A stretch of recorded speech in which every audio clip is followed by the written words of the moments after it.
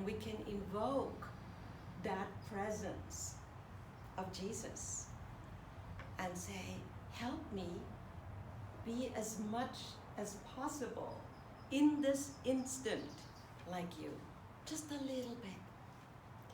Prayer and meditation, of course, is so very important. We know, and with the beautiful meditation that you did a bit earlier, breath. The ancient yogis, thousands of years ago, knew about the importance of breath. And they came up with all kinds of different ways of breathing. If you've ever been to who in here likes yoga? Yeah, quite a few. So you may have heard of alternate nostril breathing, right? That's a way of calming the mind. And there is, of course, scientific foundation for that, because the way our brain receives the oxygen affects our body internal chemistry. So simply through breath, through deep, expansive breath, we can shift how we feel. When we're under a lot of stress, or we breathe, then we can't think clearly.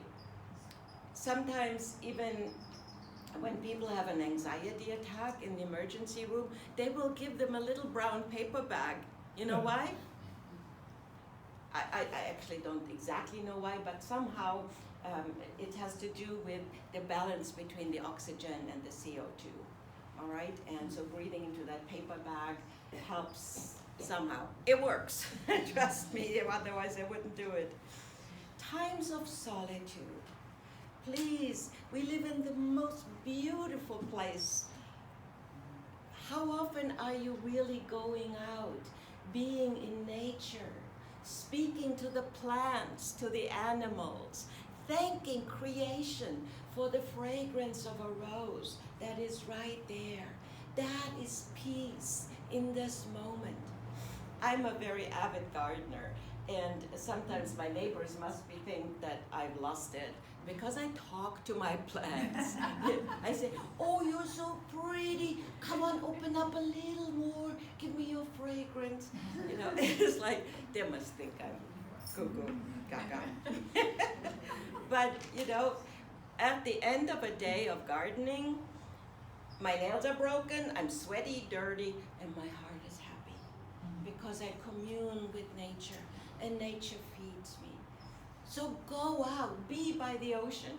There are times when I just walk with my feet in the water and I commune with the great ocean, saying, hey, cleanse me of anything and everything I may have taken on that's not healthy.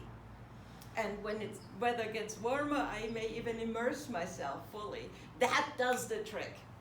Who cares what the hair looks like or whatnot, or if you're full of sand afterwards.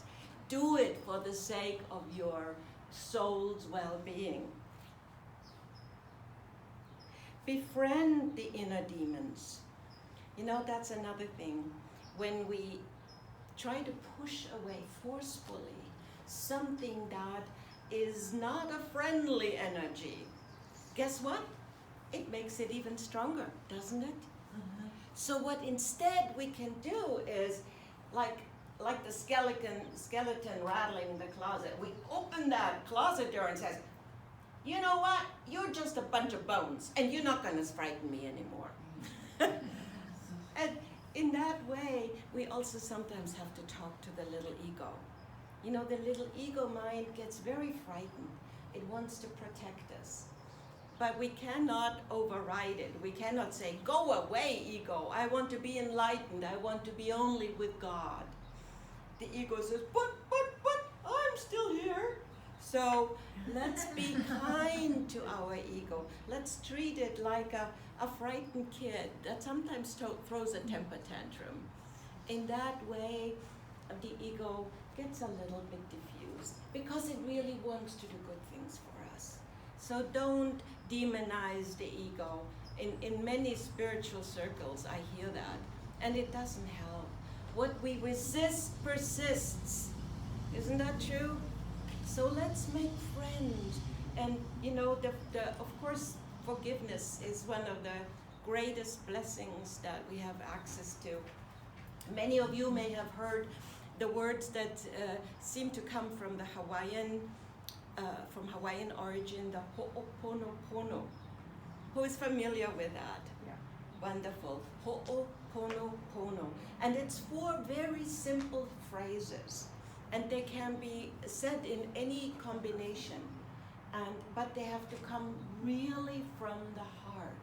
And those 4 little phrases are, please forgive me. No, I'm sorry. Please forgive me. Thank you. I love you. And when you say that over and over and over again, to yourself, to another, in your mind, even to a group of people, something happens. Some magic happens, and we get release, at least relief. So try that out. I wanted to read you a story that I really liked a lot. And there was a woman who wanted peace in the world and peace in her heart and all sorts of good things, but she was very frustrated. The world seemed to be falling apart. Isn't that true? She would read the papers and get depressed. One day she decided to go shopping, and she went into a mall and picked a store at random. She walked in and was surprised to see Jesus behind the counter. She knew it was Jesus because he looked just like in the pictures she'd seen on holy cards and devotional pictures. She looked again and again at him, and finally she got up her nerve and asked, "Excuse me, are you Jesus?" "I am." "Do you work here?" "No," Jesus said, "I own the store." "Oh, what do you sell in here?" "Oh, just about anything." "Anything?" "Yeah, anything you want. What do you want?" She said, I don't know." "Well," Jesus said, "feel free, walk up and down the aisles, make a list, see what it is you want, and then come back and we'll see what we can do for you." She did just that. Walked up and down the aisles. There was peace on earth, no more war, no hunger or poverty, peace in families, no more drugs, harmony, clean air, careful use of resources. She wrote furiously. By the time she got back to the counter, she had a long list. Jesus took the list, skimmed through it, looked up at her and smiled. "No problem." And then he bent down behind the counter and picked out all sorts of things, stood up, and laid out the packets. She said, "What are these?" Jesus replied, "Seed packets." "This is a catalog store." She said, "You mean I don't get the finished product?" "No, this is a place of dreams. You come and see what it looks like, and I give you the seeds. You plant the seeds. You go home and nurture them and help them grow, and someone else reaps the benefits." "Oh," she said, and she left the store without buying anything. So what seeds can you grow? If Jesus gave you a whole bunch of seeds, how would you treat them? Wouldn't you put them in the best, most fertile soil? Carefully water them. Find the perfect spot where their needs of sun and shade are just perfectly met. And I love the saying, you take care of that and someone else will reap the benefit. Right? Wasn't that such an essential part of his teachings, that what we do, we offer up to the world, and it's not in our control what happens with it. So I encourage you to place little seeds. You know, seeds of kindness are a wonderful thing to plant. Yes? Sometimes, again, have you ever gotten annoyed in a supermarket cashier's line? You know, or there's that one line that says 12 items only, you know, and there comes this woman with a huge cart packed full, and I want to go, can't you read? Can't you count to 12? And instead I'm going there, fuming, why isn't the cashier sending her away? So, you know, aggravations like that happen every day. But I know when I get into that space, I become a magnet for other not so good things. Because we are co-creators with spirit. And what we put out comes back, sometimes many-fold. Isn't that true? After an experience like that, you know, I may get a flat tire or something else. It's like, stop this right there. Deep breath. Pray for release. Send a blessing.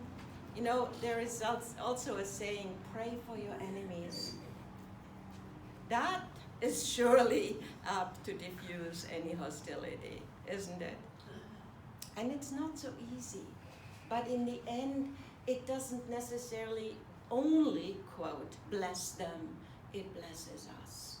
Because we cannot give a gift without receiving in the process, which is the nature of healing, yes? A healer also, by becoming the channel for the divine healing energy, also receives healing. So watch what you send out. Another beloved teacher of mine, Reverend Lar of Chapel of Awareness in Encinitas, you know, some of you may still know him, a long time ago.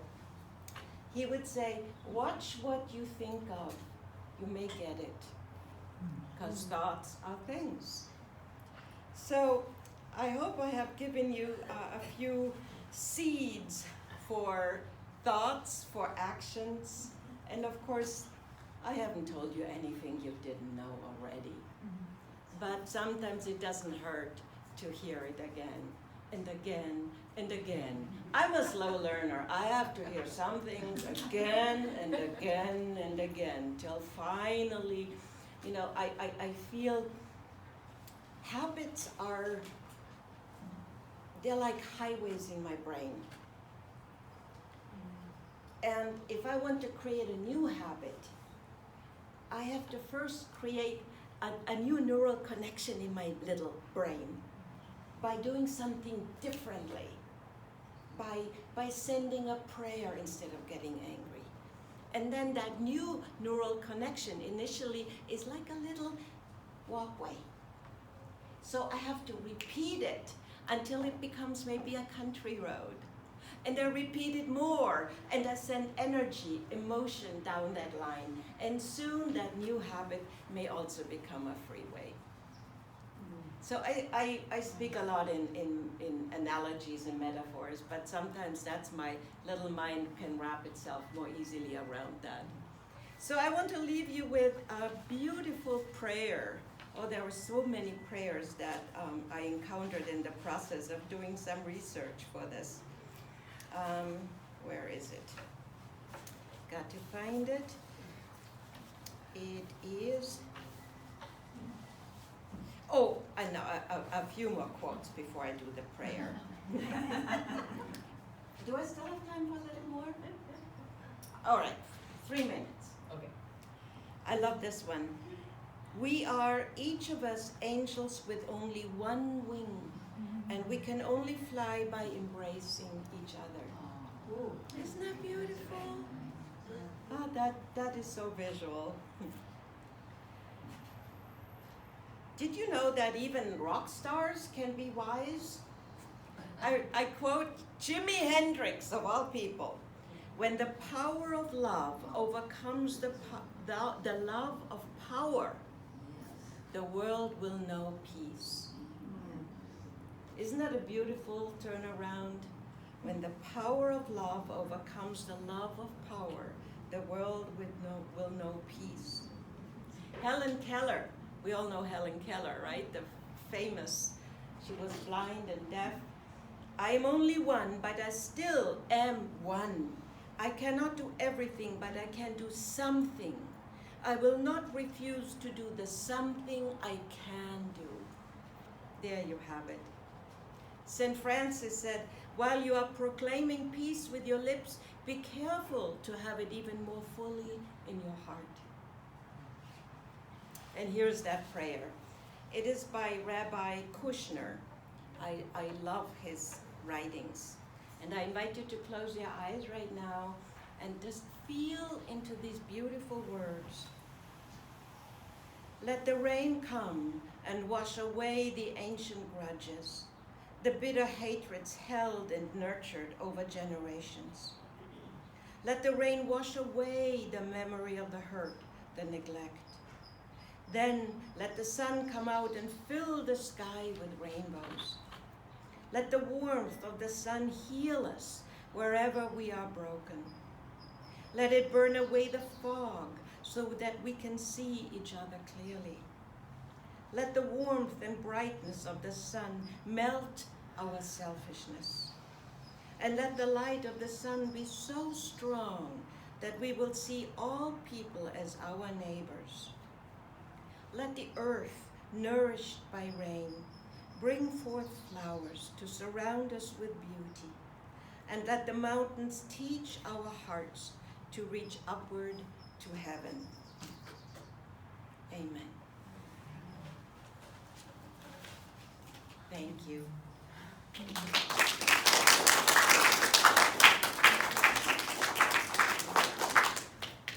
Isn't she lovely? Oh.